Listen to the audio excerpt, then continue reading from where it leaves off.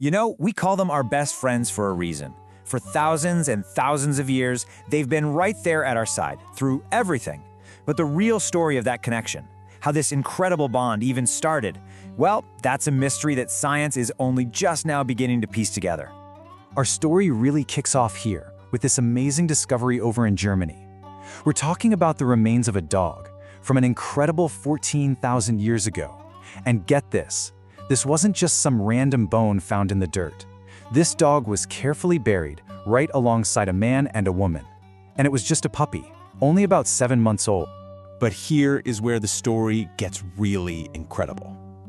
When scientists analyzed its teeth, they found out this little puppy had been terribly sick, probably with canine distemper. It would have been weak, having seizures. There's just no way it could have survived on its own. The only reason it lived as long as it did was because someone was taking care of it, nursing it, keeping it warm, feeding it. Just think about that. 14,000 years ago, someone loved this puppy. So yeah, this one single burial, it tells us so much about the emotional bond between humans and dogs, even way back then. But it also opens up a much bigger question. How did we get from a fearsome predator like the gray wolf to this loyal companion being buried with its human family? I mean, where and when did the first dogs really come from? For decades, this has been one of science's most fascinating and, honestly, pretty contentious mysteries. To try and solve it, researchers have looked at everything from archaeology to genetics, and it all kind of boiled down to this one central debate with two big competing ideas. Okay, so on one side you have the single origin theory. This idea says that all dogs, from dingoes to Dalmatians, trace their roots back to just one domestication event from a single wolf population. But on the other side, you had the multiple origins theory.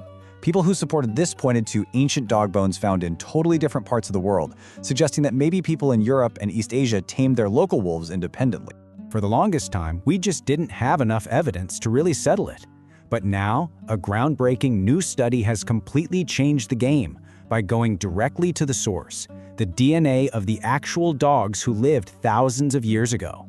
Researchers sequenced the entire genomes of 27 ancient dogs, and some of these dogs were nearly 11,000 years old. This isn't just a small step forward. It's a massive leap in the amount of data we have, giving us this unprecedented look into their genetic history.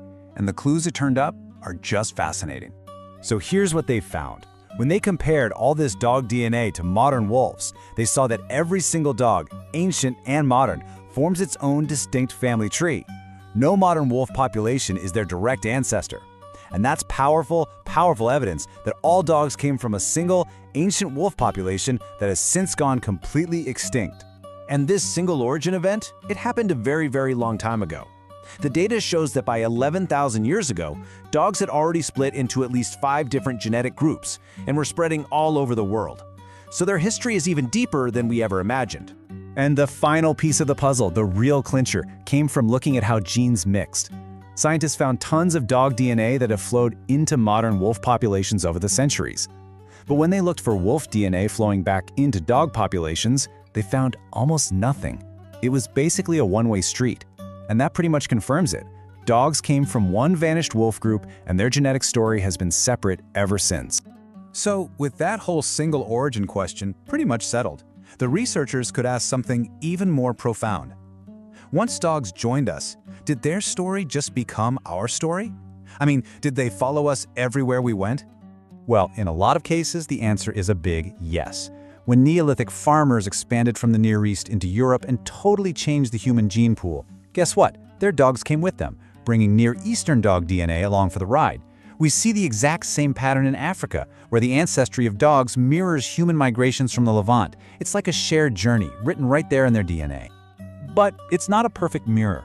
There's a plot twist. Around 5,000 years ago, a massive wave of human migration from the Eurasian steppe swept across Europe, and it fundamentally changed the ancestry of the people there.